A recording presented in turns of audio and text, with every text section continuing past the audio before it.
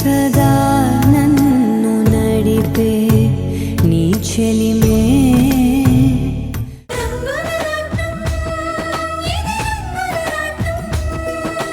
ప్రముఖ వ్యాపారవేత్త శ్రీరామ్ గారికి భార్యా వియోగం.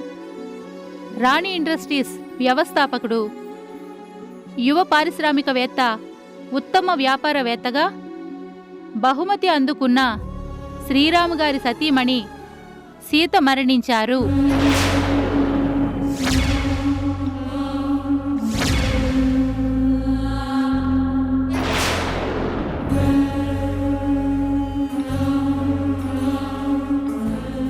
మందులు వేసుకున్నారా?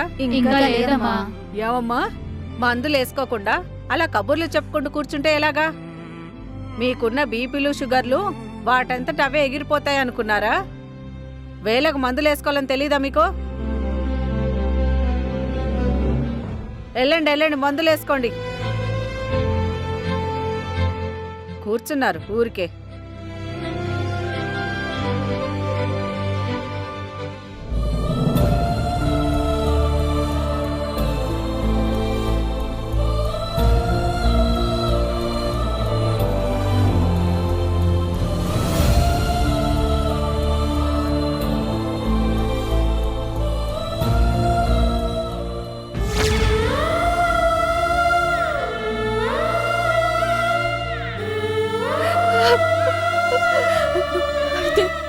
నేను చనిపోయాను అని అందరూ నమ్ముతున్నారు. భగవంతుడా, నన్ను బ్రతికించి తప్పు చేసిన నా భర్త దృష్టిలో నన్ను చంపేసి చాలా గొప్ప మేలు చేశావు స్వామి. ఈ పాటికి పిండ ప్రదానం చేస్తూ ఉంటారు. ఒక్కసారిగా నేను ఆయన్ని చూడాలి. చివరిసారిగా నా వాళ్ళని నేను చూసుకోవాలి. నేను ఇప్పుడే వెళ్తాను. అన్నయ్యని అలా చూస్తుంటే నాకు చాలా బాధగా ఉంది శైలు. ఎవరితోనూ గొడవలు పడేవాడు కాదు. తనకి చేతనైనంత వరకు ఎవరికైనా మంచి చేసేవాడు కానీ ఎవరికీ ద్రోహం చేయలేదు. అలాంటి మనిషికి ఇలాంటి పరిస్థితి రావడం నిజంగానే తట్టుకోలేకపోతున్నాను. ఆదిత్య, నిన్ను ఒక విషయం అడగనా? అడుగు శైలు. సీతక్క మీద నువ్వు వేసిన నింద నిజమేనా ఆదిత్య?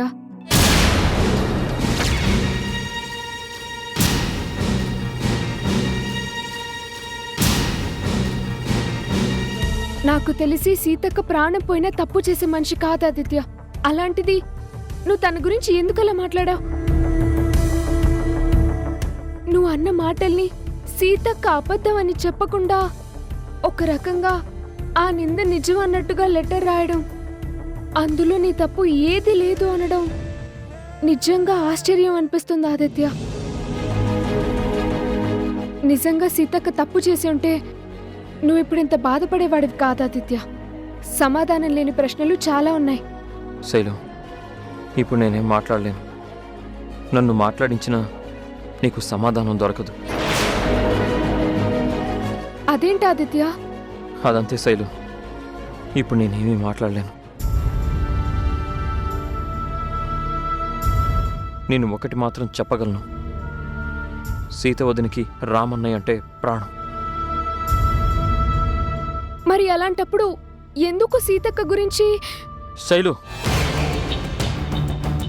ఒక్కోసారి మన దగ్గర సమాధానాలున్నా మనం మాట్లాడలేం. అలాంటప్పుడు దాని గురించి ఎత్తకపోవడమే మంచిది. ఇప్పుడున్న పరిస్థితుల్లో అన్నయ్యకి నా గురించి చెప్పకపోవడమే మంచిది.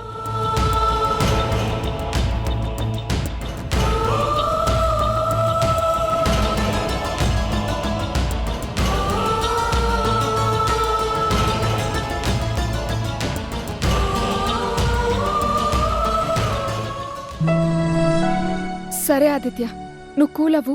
నేను తర్వాత మాట్లాడతాను.